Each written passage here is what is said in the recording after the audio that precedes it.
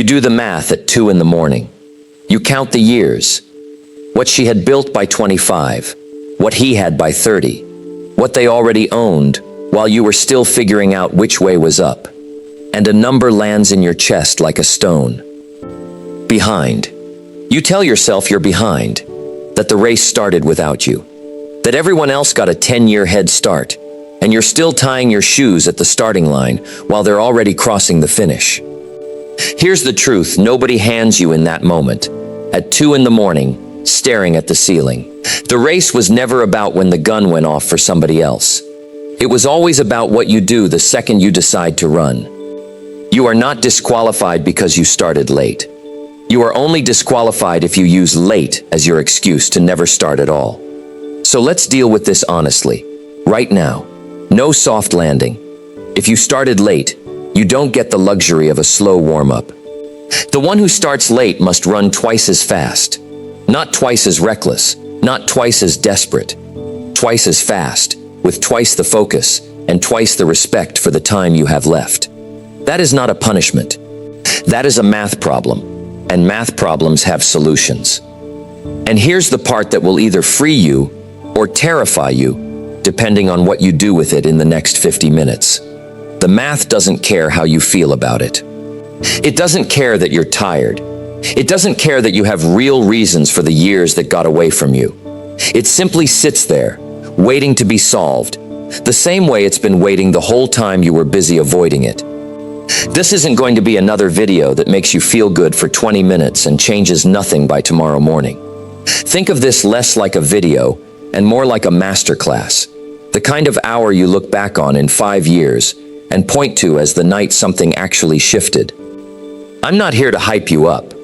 I'm here to hand you a new philosophy, one you can actually run on for the next 5 years, not just the next 5 minutes. Now, I want you to notice something about the way you compare yourself to other people. You compare your behind the scenes to their highlight reel. You compare your chapter 3 to their chapter 30.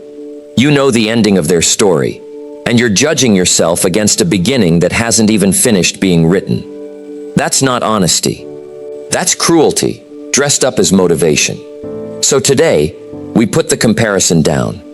Not because comparison is evil, but because it's aimed at the wrong target. The only comparison that will ever build your life is this one.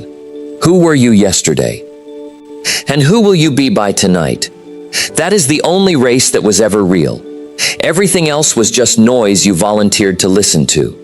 Now let's talk about why you actually feel behind. Because it's not really about age. It's not really about years.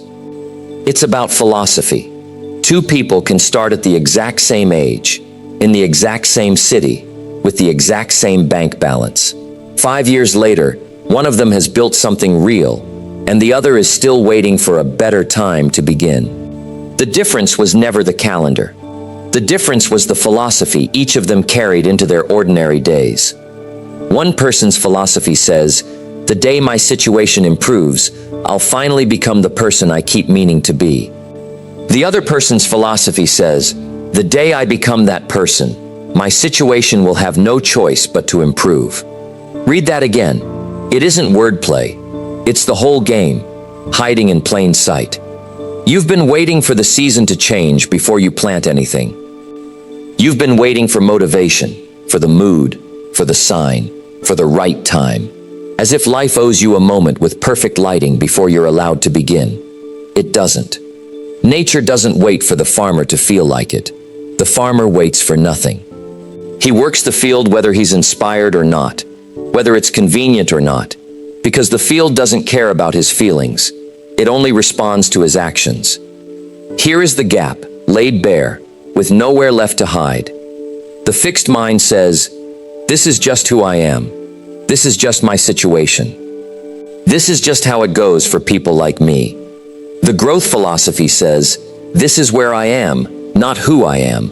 There's a difference, and that difference is everything.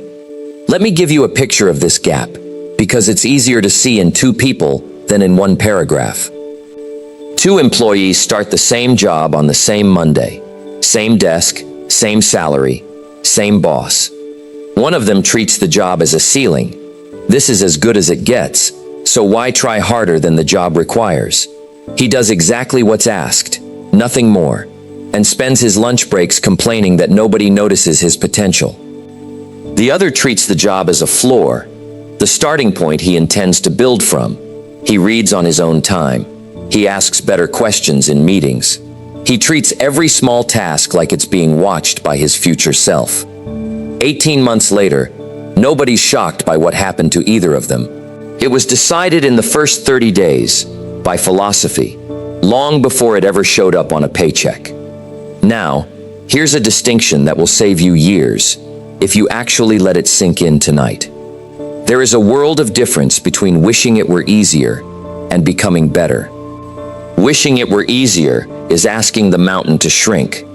Becoming better is training your legs until the same mountain feels smaller under your own strength. One of those is a prayer with no effort attached to it. The other is character in motion.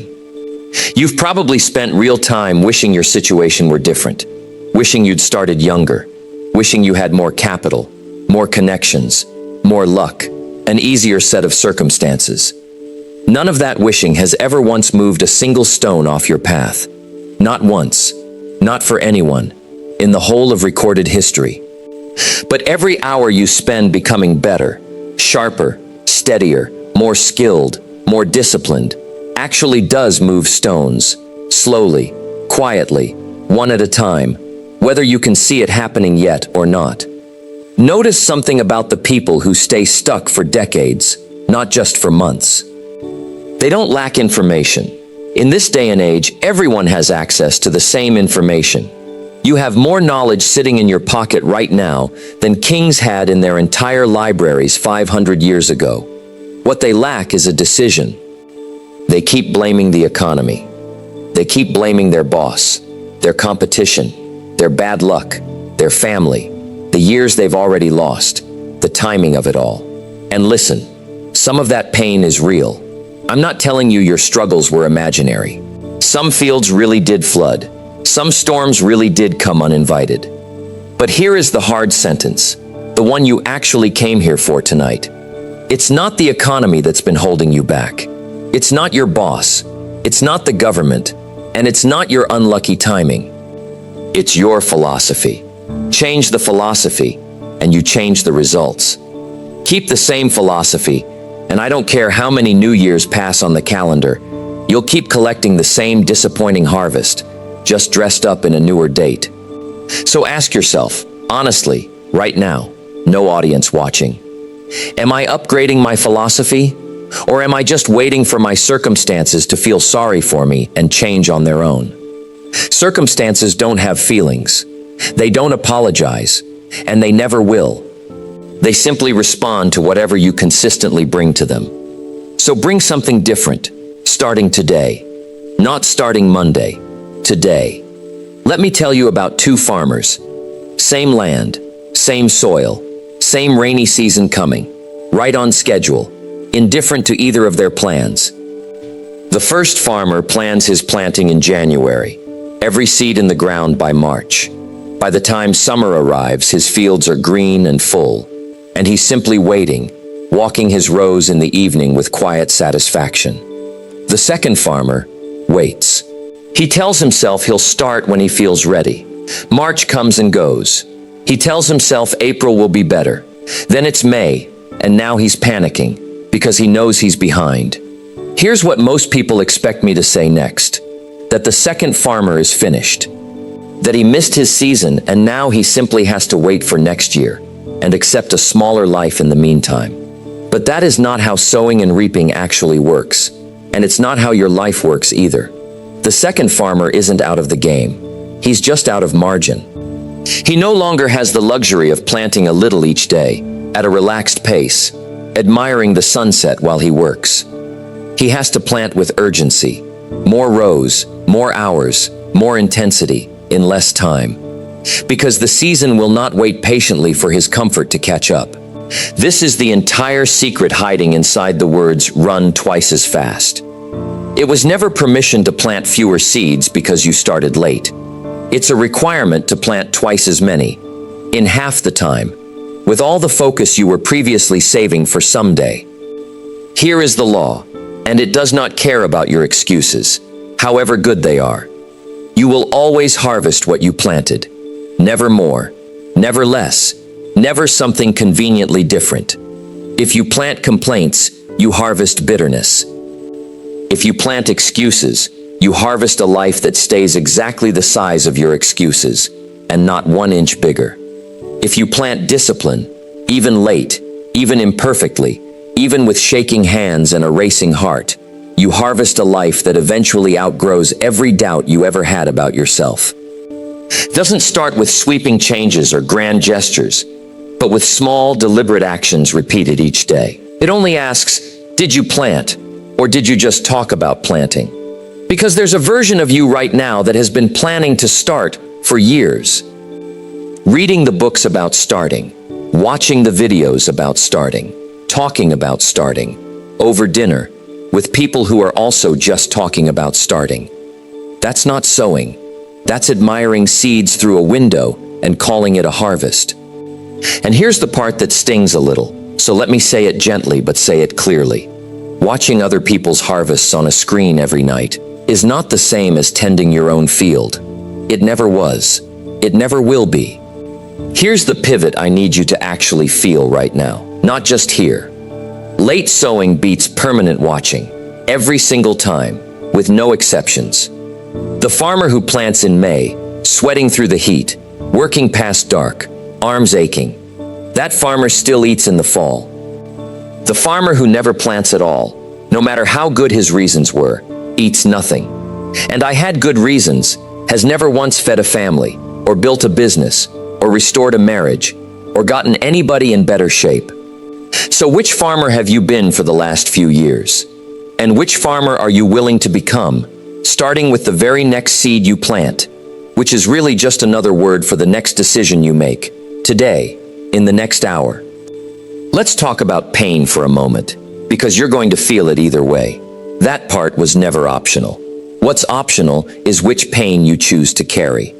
There are only 2 kinds available to you, only 2, not 5, not 10, 2. There's the pain of discipline, waking up early when the bed is still warm, saying no to the thing that feels good right now, doing the boring rep, the boring hour, the boring practice, when nobody's watching and nothing seems to be happening. That pain is small. It's a pebble in your shoe for a mile, uncomfortable, forgettable, gone by the time you sit down for dinner. Then there's the other pain, the pain of regret. That's the pain of turning 50 and realizing you spent your 20s and 30s protecting your comfort instead of building your capacity. That's the pain of watching someone else quietly living the life you keep telling people you'll get to eventually. That pain isn't a pebble. It's a weight you strap to your own back and carry everywhere. For years, sometimes decades, sometimes a whole lifetime, if you let it sit there long enough to start feeling normal. Here's the part that should shake you a little, gently but firmly. You've probably already been carrying the second one, for years, maybe, quietly, at night, in the moments when the distractions finally turn off and the silence gets honest with you. So don't tell me discipline is too expensive. You're already paying something. The question was never whether you would feel pain. Pain was never optional. The question was always which pain you would agree to feel. Discipline is the sharp, short ache of becoming. Regret is the dull, endless ache of staying exactly the same. Discipline asks for an hour of your evening. Regret asks for entire decades and hands nothing back in return.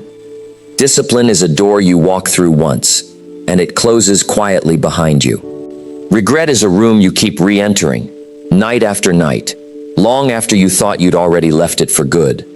And here's something people rarely mention about these two. They both grow. That part is symmetrical, and it matters. Discipline grows upward, a little more skill, a little more trust, a little more freedom, added quietly, day after day, until one day it's substantial. Regret grows downward, a little more shame, a little more distance from the life you wanted, a little more what if, added quietly, day after day, until one day it's unbearable. Same mechanism, opposite direction. You are growing something right now, whether you notice it or not. There is no neutral setting. There never was. So here's your reckoning, plain and simple, no decoration. If you keep avoiding the small ache, you will keep collecting the large one. That's not a threat, that's just arithmetic. The same arithmetic that's been running quietly in the background of your entire life, whether you were paying attention to it or not. So which one have you actually been paying, quietly, for years now, without ever calling it by its name? But listen closely, because this is the good news hiding inside the hard truth. You get to choose the ache of discipline, starting today, right now. Not the version of you from 10 years ago who didn't know better. Not the version of you still being built 5 years from now. You, today. This exact version of you, with everything you're currently carrying, tired or not, behind or not. You get to set the weight down and pick up the pebble instead. That trade is available the next time you're tempted to hit snooze. The next time you're tempted to scroll instead of study. The next time you're tempted to quit instead of finish the thing you already started. The small ache, chosen on purpose, always beats the large one, inherited by accident.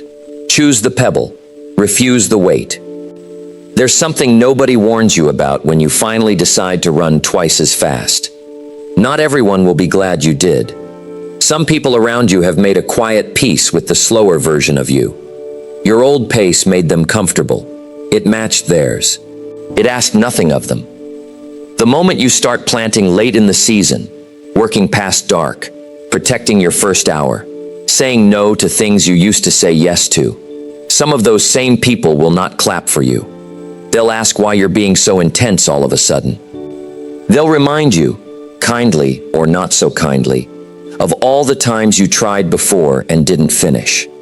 They'll invite you back to the old pace, the old comfort, the old conversations, as if your growth were a personal insult to their standing still. Here's what you need to understand about this, because it will happen, and I'd rather you hear it from me now than be blindsided by it later. Most of that isn't malice, it's mirror. When you change your pace, you become a mirror that shows other people the pace they've quietly chosen for themselves. Some people love that mirror. It inspires them. And some people resent it because it asks a question they'd rather not answer. You are not responsible for managing that discomfort for them. You are responsible for guarding your seed. A farmer who plants late doesn't stop to argue with every neighbor who says his methods look foolish. He doesn't defend his timeline to people who aren't the ones who'll starve if the harvest fails. He simply keeps working, because the field doesn't care who approved of the schedule.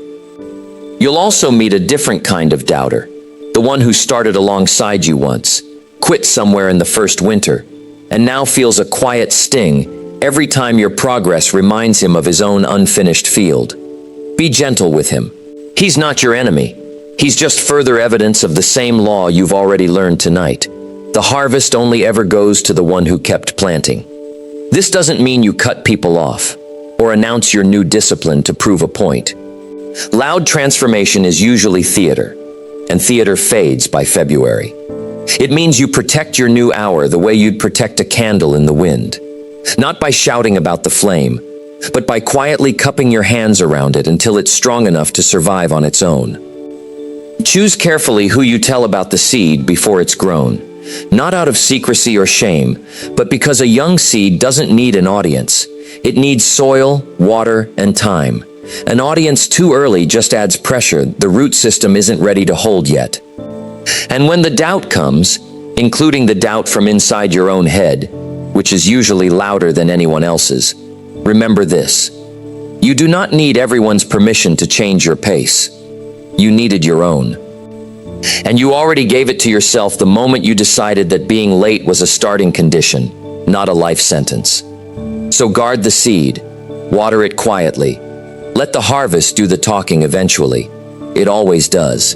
And it never needs your help arguing on its behalf. Here's something you need to hear about seasons, because right now, you might be confusing a season for a life sentence. Winter is real. Winter is not fake. And I won't insult you by pretending your hard years didn't happen, or that they should have hurt less than they did. But winter is not where the story ends. Winter is where the roots do their quiet, unglamorous work, underground, invisible, unphotographed, while everyone assumes nothing at all is happening. You are allowed to have had a winter. You are not allowed to build a permanent house inside it and call that house your identity. Failure is a season. Struggle is a season. Starting late is a season. None of those are your destination. None of those are your name. The mistake most people make is this. They hit a hard season, and instead of asking, "What is this season trying to teach me?" they ask, "What does this season prove about me?" And they answer that second question wrong, almost every single time, in the cruelest way available to them. A bad harvest doesn't prove you're a bad farmer. It might just prove you planted late, or the storm came uninvited, or you're still learning this particular stretch of land. A hard decade doesn't prove you're behind for life. It proves you had a hard decade. That's it. That's genuinely all it proves. Here is the discipline of seasons, the part almost nobody bothers to teach. You don't wait for the feeling of spring before you start acting like it's spring. You act your way into the next season. You don't feel your way into it. The feeling, if it ever comes, usually shows up after the action, as a reward for it, not before, as a permission slip. That means even in winter, you still put on the coat and go check the fences. Even when nothing looks like it's growing, you still show up to tend the ground, because the ground is always listening, even in silence, even when it gives you nothing back to prove it. Let me give this some texture, because it matters. Sometimes winter is something that happened to you, a loss, an illness, a door slammed shut through no fault of your own. And sometimes winter is something you quietly built yourself, one small avoidance at a time, one procrastinated Monday at a time. Here's the part that might surprise you. It doesn't actually matter which kind of winter you're in. The response is identical either way. You still put on the coat, you still check the fences, you still tend the ground you can reach, with the hands you currently have. The people who transform their lives are not the people who never had a winter. They're the people who kept showing up to a field that looked completely dead, because they had decided, on purpose, that winter was a season and not a verdict handed down on their worth. So let me ask you the only question that matters here, and I want you to actually answer it, not just nod along. Is your current season truly permanent, or have you just been treating it like it's permanent, because that felt safer than allowing yourself to hope again? Hope, followed immediately by action, has ended more winters than any amount of quiet waiting ever will. The season will change. It always does, eventually, for everyone. The only real question left is whether you'll have planted anything at all by the time it does. Let's talk about the latter, because you keep looking around for the elevator. You want the shortcut, the hack, the one video, the one course, the one lucky break that skips you straight to the top floor without the climb. I understand why. You feel behind, and elevators feel like the only honest way to catch up in time. But here's what nobody wants to tell you about elevators. They're rare, they're unreliable, and most of the ones advertised to you don't actually go anywhere real. They're just doors that open back onto the same floor you started on, dressed up to look like progress. The ladder is slower, but the ladder is real. And here is the secret about the ladder that changes everything, once you actually understand it. You don't have to climb it in one heroic leap. You only have to climb it one honest rung at a time, every single day, especially on the days it feels pointless and invisible. It doesn't start with sweeping changes or grand gestures, but with small, deliberate actions repeated each day.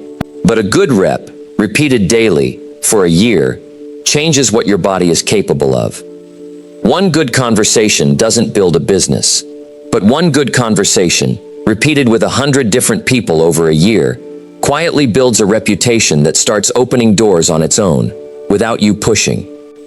One honest hour of study doesn't make you an expert, but one honest hour, repeated for 1,000 days, makes you the person other people later call an overnight success, as if they somehow missed the 1,000 ordinary mornings it actually took. Here's a simple way to picture it. Imagine getting just a little better at your craft each day, so small an improvement you could barely measure it. It sounds almost insulting, actually, to someone who feels behind. But stack that small improvement day after day, and within a year, you are not slightly better. You are an entirely different person doing entirely different work at an entirely different level. Small, boring, repeated improvement is not the slow path. It is, in fact, the only path that has ever actually worked for anyone, in any field, in any era of human history. This is the part that should genuinely excite you if you're starting late. Compounding doesn't care about your starting date. It only cares about your consistency from this point forward. The person who starts at 30 and stays consistent for 10 honest years will pass the person who started at 20 and quit after 2. Read that again, slowly, because it quietly dismantles the entire excuse you've been carrying around like luggage. Late starters don't lose to early starters. Late starters lose to quitters. And quitters come from every age group equally. There is no age that is immune to quitting, and no age that is disqualified from consistency. So tell me honestly, are you climbing, or are you just standing on the ladder, admiring how tall it is?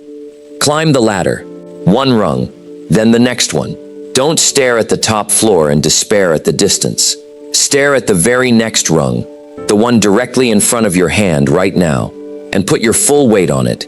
Twice as fast, remember, does not mean skipping rungs recklessly and falling. It means climbing with fewer rest breaks, more focus between rungs, and zero patience left over for the version of you that wants to climb back down just to explain, again, why the ladder was unfair to begin with. Now I want to talk to you about the garden nobody else sees. Your garden. The inner one. Underground, unphotographed. The one that quietly decides everything else.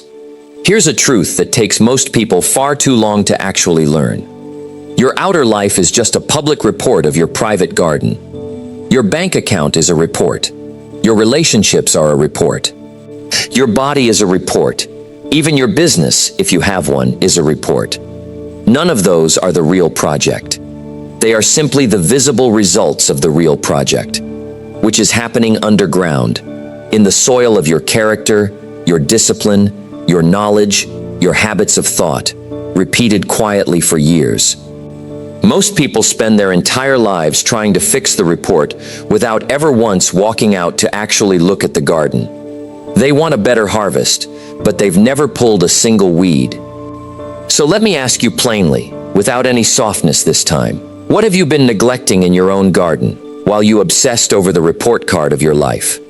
Is it your health, quietly declining while you keep telling yourself you'll deal with it later, once things settle down?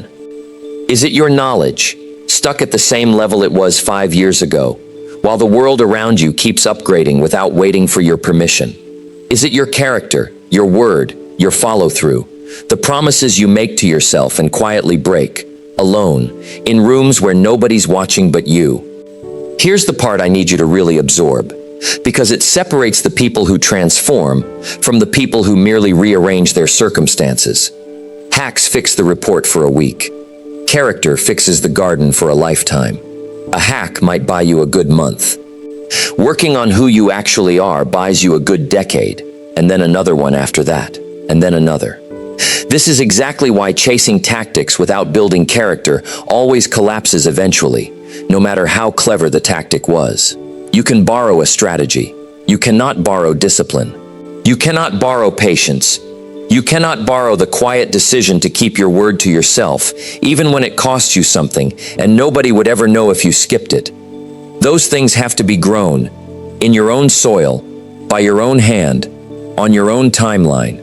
There's also a difference worth naming clearly. The difference between character and image. Image is what you perform when people are watching. Character is what you do when the only witness is you. Image gets you noticed. Character gets you trusted. And trust, not attention, is what actually builds a life that lasts. So here's your work, starting today. And I'll be honest with you, it's not glamorous, and it will never trend on anyone's feed. Water the garden daily. A little reading, a little movement, a little honesty with yourself in the mirror. A promise made and actually kept, especially the small ones. The ones nobody would ever notice if you quietly let them slide. Pull the weeds daily too. The excuse you keep repeating like a comforting prayer. The complaint you keep rehearsing until it sounds like wisdom. That's comparison that keeps quietly poisoning your motivation before it even has a chance to grow. Do this quietly, consistently, without applause, for long enough. And one day you'll look up and realize the report changed on its own, almost without your noticing the exact moment it happened. It always does. It never had a choice in the matter. The report has only ever reflected the garden. It has no other setting. So stop polishing the report. Go outside and tend the actual ground. Let's pause here for a second, because I want this to actually land, not just pass through on the way to the next section. Philosophy is the seed you plant in your mind. Discipline is the small ache you choose on purpose. Regret is the large weight you inherit by default, if you choose nothing at all. Seasons are temporary, even the cruel ones, even the ones that feel like they'll last forever. Compounding rewards the consistent, not the early. It never once asked anyone for their birth certificate. And character is the soil underneath all of it, the part nobody sees, quietly deciding what the rest of your life is even allowed to grow into. If you've heard all of that, and some quiet part of you is still whispering, "Yes, but my situation is different," I want you to notice that thought for exactly what it is. It's not an observation, it's an escape hatch, and you've been climbing through it for years. So let's close the hatch, right now, with something practical enough that you can't talk yourself out of it by tomorrow morning. Now let's get practical, because wisdom without action is just a nice sentence you'll forget by Thursday, filed away next to all the other nice sentences that never became a life. You don't need a 5-year plan today. You need a next 24 hours plan. The 5-year plan is really just a pile of well-executed ordinary days, stacked on top of each other without complaint. Master the day, and the years take care of themselves quietly, almost without your permission. So here is your pivot, not someday, today. First, pick one skill, just one, that would change your income or your capability if you became genuinely excellent at it. Not 5 skills scattered across 5 tabs. 1. Give it 45 focused minutes today. Not scrolling with it running in the background. 45 minutes with your phone in another room, out of reach, out of sight. Second, fix your first hour. Whoever controls your first hour controls your whole day. If you wake up and reach straight for your phone, you've just handed the steering wheel of your morning to strangers on the internet who don't know your name and never will. Take it back. 10 minutes of movement, 10 minutes of honest planning, then begin the real work. Third, have the one honest conversation you've been avoiding. Maybe it's telling your partner the actual plan, not the polished version. Maybe it's asking your boss for the raise you've quietly earned but never requested. Maybe it's admitting to yourself, out loud, in the mirror, what you genuinely want, instead of what merely sounds impressive at dinner parties. Avoidance is just sowing weeds and calling it rest. Fourth, remove one thing that's quietly stealing your hours. You already know what it is. You knew before I even finished this sentence. The show you keep rewatching. The scroll that eats 90 minutes and leaves you more drained than before you opened the app. You don't need more willpower for this one. You need honesty and a single decision made once and then defended. Fifth, track it. Not obsessively, just visibly. A single line in a notebook each night. What did I plant today? Not what did I feel, not what did I intend, what did I actually do? This one habit alone will end more self-deception than any amount of positive thinking ever could. Sixth, find one person who's already living a version of the discipline you're trying to build, and study them the way an apprentice studies a craftsman, not from a distance, with envy, but up close, with questions. You don't have to do this alone. In fact, almost nobody who ever built something lasting did it entirely alone. They just stopped waiting for company before they started walking. Which one of those 6 is the one you've been avoiding the longest? That's usually the one that matters most. Here's the only rule about all 6 of these. Start before you feel ready. Readiness is a feeling, and feelings are notoriously unreliable weather. Discipline was never meant to wait for a clear sky. It was meant to go out in whatever weather actually shows up, because that's the only weather that's ever real. So don't wait until the video ends to decide. Decide now, while it's still fresh, while the discomfort of hearing all of this is still doing useful work on you. In the next hour, before anything else pulls your attention away, do the smallest version of one of those 6 things. Not the perfect version, the smallest honest version you can manage today. Now notice what I did not tell you to do. I did not tell you to work 20 hours a day. I did not tell you to sacrifice your health, your sleep, or your family on the altar of hustle. Running twice as fast does not mean burning yourself in half the time. It means doubling your focus, not your frenzy. It means doubling your consistency, not your chaos. A person sprinting hard in the wrong direction is not ahead. He's simply more exhausted in the wrong place, and he'll have to walk all the way back before he can even start over. Rest, done on purpose, is part of the discipline, not a betrayal of it. The farmer who never sleeps doesn't get a bigger harvest. He gets sick, and then he gets no harvest at all. Protect your rest the same way you protect your work. Both are the job. So run twice as fast toward the right target, at a pace you can actually sustain for years, not just for one dramatic Monday morning that fizzles out by Thursday afternoon. Because here's a quiet truth about the late starter that nobody advertises. You don't need 40 motivated days in a row. You need one difficult, undramatic decision, repeated on purpose, until it stops requiring motivation altogether, and simply becomes who you are. That's not hype. That's how every serious thing in this world was ever actually built. Let me show you 2 pictures. Look closely at both, because one of them is going to be your actual life in 5 years, and you are currently the only one holding the pen. Picture the first one. It's 5 years from now. Same excuses, slightly older face. You're having the same conversation you're having tonight, except it's 5 years heavier now. You're still saying, I'm thinking about starting. You're still comparing yourself to people who took their first step half a decade ago and are now simply too far ahead to catch. Not because they were smarter than you, but because they started while you were still deciding whether starting was even worth the discomfort. The bills are still tight in the same familiar places. The mirror still holds the same quiet disappointment. The dream is still technically alive, somewhere in the back of your mind, but it's on a ventilator now, and you might be the only one who can tell it's barely breathing. Your relationships have absorbed the cost too, in ways you don't always say out loud. The people who love you have slowly learned not to ask about the plan anymore, because the answer never really changes. That future is fully available to you. In fact, it's the easiest one by far. It requires absolutely nothing from you except staying exactly as you already are. Now picture the second one. 5 years from now, you wake up before the alarm, not because you've become some different species of human being, but because you built a morning you no longer need to escape from. Your skills are sharper because you gave them 1,000 honest hours instead of 1,000 more excuses. People trust your word because you spent 5 quiet years actually keeping it, even when no one was checking, even when it would have been easier not to. You're not necessarily famous.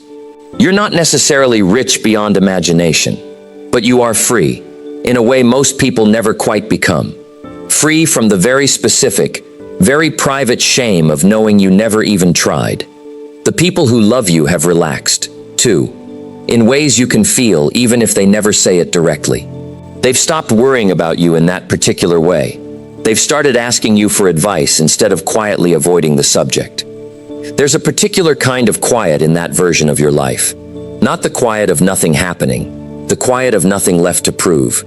You've stopped performing progress for an audience, because you're no longer starving for anyone's approval of your pace. You just wake up and do the work and go to sleep having kept your word to yourself one more time. It's not dramatic. It was never supposed to be dramatic. It was only ever supposed to be repeated. You look back at tonight, at this exact video, at this exact moment of doing the math at 2 in the morning, and you recognize it, in hindsight, as the night the season finally turned. Not because anything magical happened, because you finally planted something. And then, this is the important part, you refused to stop watering it, even on the days it seemed pointless. Here is the only real difference between those two 5-year pictures. It is not talent, it is not luck, it is not your starting age, and it never was. It is simply what you decide to do in the next 24 hours, and then the 24 after that, repeated on purpose, until repetition quietly turns into identity. Both futures are entirely real. Both are currently possible, from exactly where you're sitting right now. Only one of them requires courage. Which one are you actually building tonight, with the very next choice you make after this video ends? So here's where we land, plainly, without decoration. You did not miss the season. You only misunderstood its rules. The rules were never, arrive early or don't bother. The rules were always this: plant with everything you have, for as long as you have left, starting the moment you finally stop pretending you have forever. Discipline is the small ache you choose. Regret is the large weight you inherit by default. Philosophy is the seed you plant in your own mind, long before anyone else can see it. Character is the soil that quietly decides what's allowed to grow from it. Consistency is the water, given daily, without applause, without an audience, without a highlight reel. And time was never your enemy. Time was only ever waiting, patiently, to see which one you would choose. So say it back to yourself, one more time, until it stops sounding like something I told you, and starts sounding like something you've decided. Discipline is the bridge you're willing to cross. Regret is the bridge you're not. Philosophy decides which one you keep walking toward. Every single ordinary day, whether anyone is watching or not. You are not behind.